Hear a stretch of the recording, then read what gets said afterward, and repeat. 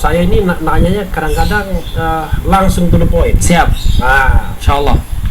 Saya sedang memikirkan satu pertanyaan yang Ustadz mungkin agak susah menjawab. Masya Allah. Matematik nih. Matematik. Pertanyaan pertama, Ustadz percaya Pancasila? Percaya Pancasila. Kenapa? Kaitkan dengan Islam. Iya, kan.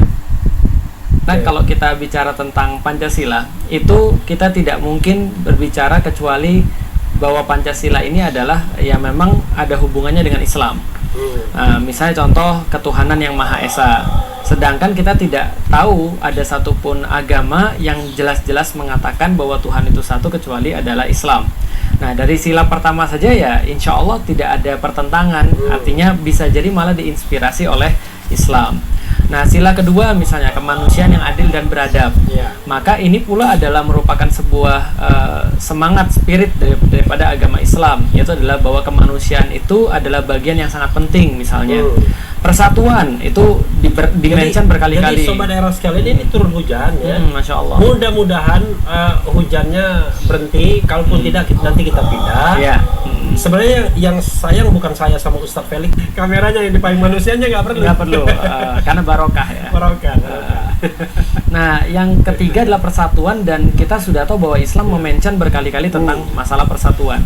Yang paling menarik adalah sila keempat.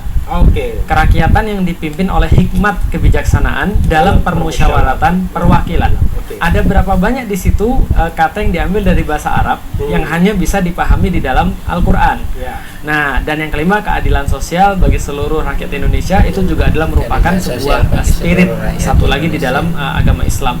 Jadi kalau kita katakan apakah kita percaya dengan Pancasila, insya Allah kita tidak ada permasalahan dengan Pancasila. Kita percaya bahwa Pancasila itu adalah nilai-nilai bangsa yang dipilih oleh para founding fathers kita untuk mendeskripsikan.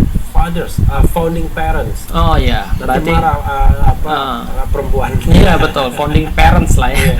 Untuk mungkin sekedar mendeskripsikan secara singkat ketika kita ditanya apa sih kemudian sifat-sifat orang Indonesia itu, maka kita katakan oh itu bisa dilihat dalam Pancasila misalnya. Jadi kira-kira gitu. Ada satu hal ya. Kenapa orang yang katakanlah dari kelompok agama Islam yang dianggap garis keras, dan Ustadz tuh nomor 2 tuh garis keras. Saya masih ingat tuh nanti thumbnailnya kita tampilkan nanti. Dianggap nih orang ini nggak bisa nih masuk dalam sistem Pancasila karena dianggap nggak akan toleran dengan penganut agama lain. Itu gimana kan? Itu yang kita katakan sebuah klaim gitu kan ya. Nah, makanya yang sulit juga adalah yang membuat klaim itu tidak bisa diajak berdiskusi. Sambil minum nggak apa-apa.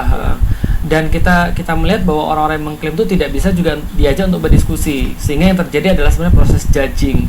Maka kita bicara tentang Pancasila itu ya biarlah kemudian kita menyerahkan pada masyarakat atau umat siapa sih yang sebenarnya tidak Pancasilais gitu kan ya. Apakah menuduh itu bagian daripada Pancasilais? Apakah kemudian mencurigai itu termasuk bagian daripada Pancasilais gitu kan ya? Ataukah usaha untuk mereduksi nilai-nilai Pancasila yang 5 menjadi 3 atau 3 menjadi 1 itu adalah Pancasilais ya? Kita serahkan pada masyarakat. Nah, ada pertanyaan saya yang agak berat ya, mudah-mudahan ini tidak membawa konsekuensi apa-apa. Karena begini, di negara demokratis ini tidak boleh kita menjudge atau menghakimi pikiran. Betul. Karena yang namanya hak atas pikiran dan hati nurani adalah hak asasi manusia yang tidak bisa dikurangi dalam keadaan apapun. Dan berdiskusi mengenai tema apapun boleh. Ya. Ini agak ngeri-ngeri sedap juga pertanyaannya. Ya. Ustadz percaya khilafah? Saya meyakini bahwa khilafah adalah bagian daripada ajaran Islam. Bisa dijelaskan? Ya. Jadi kalau kita bicara tentang khilafah ini adalah sebuah konsep sebenarnya. Jadi kalau ada yang mengatakan bahwa tidak ada khilafah di dalam kata khilafah di dalam Al-Quran, jawabannya benar. Sebagaimana tidak semua ajaran Islam itu harus termaktub di dalam Al-Quran, tertulis di dalam Al-Quran.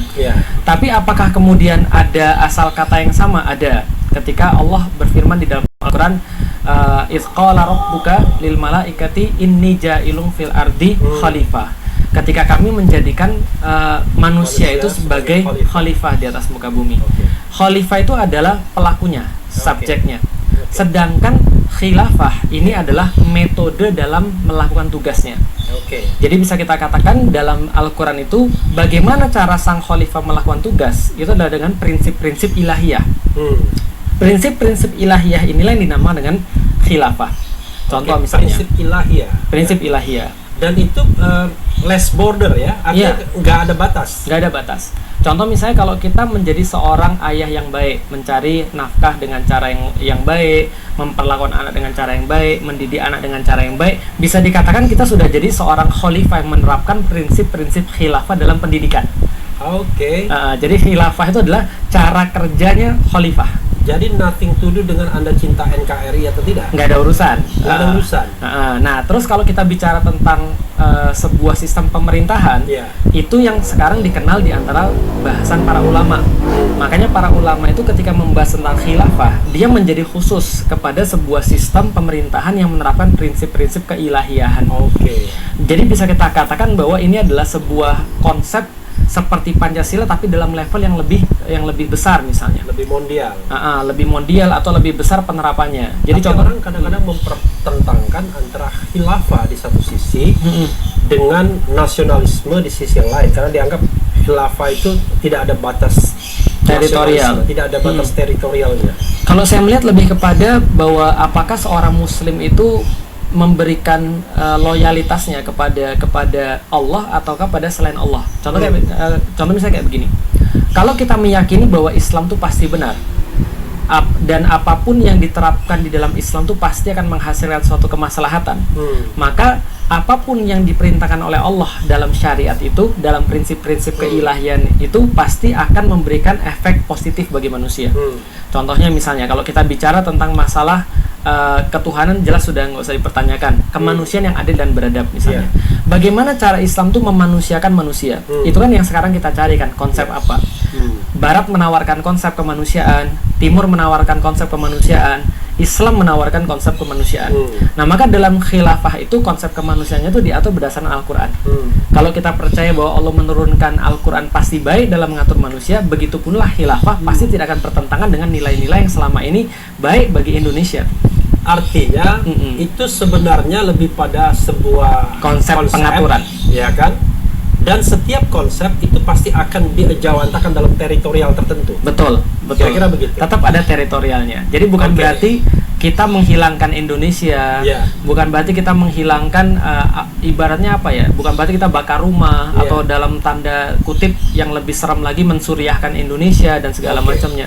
Itu kan adalah sebuah tuduhan. Teritorial itu bisa saja sebuah keluarga saja ketika misalnya katakanlah mandatnya hanya mandat sebagai kepala keluarga misalnya.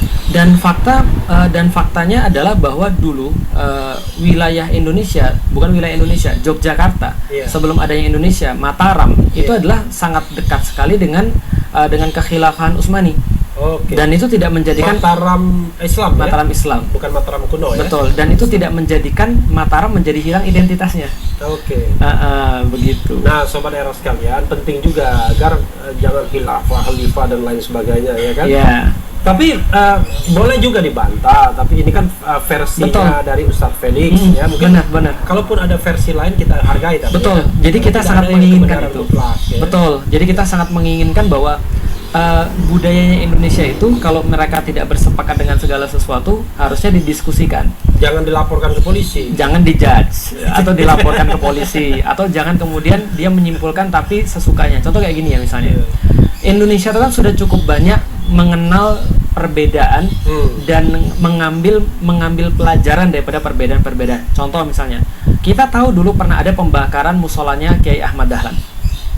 Tahun 1912 itu Kiai Ahmad Dahlan itu. Ya, jadi ada pembakaran musolanya kan, karena perbedaan pendapat. Nah, dan akhirnya bagaimana cara kita menyelesaikan? Kita menyelesaikan dengan cara mencari persamaan.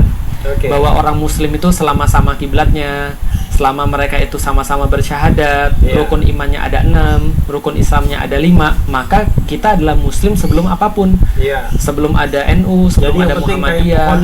Yang penting pohon utamanya betul. Kalau soal ranting itu soal yang lain lah ya. Dan saya pikir ini bisa dipraktekkan ternyata oleh orang-orang yang kadang-kadang justru mempermasalahkan. Jadi gini, mereka praktikan itu dalam level yang harusnya lebih luas, tapi dalam level yang lebih kecil mereka nggak bisa. Contoh, pengembangan daripada hal yang tadi saya ceritakan kan adalah ketika kita berinteraksi dengan orang-orang yang bukan seagama. Kita menganggap bahwa iya memang kita nggak seagama, tapi after all kita adalah manusia. Jadi kita tetap tidak boleh Tuhan, kita tidak boleh untuk semena-mena. Kalaupun bukan manusia gimana? Sama-sama ciptaan Tuhan, maka terhadap pohon pun kita tidak boleh semena-mena, apalagi sama manusia. Nah, jadi harusnya yang lebih menikmati ini siapa? Sesama muslim dong.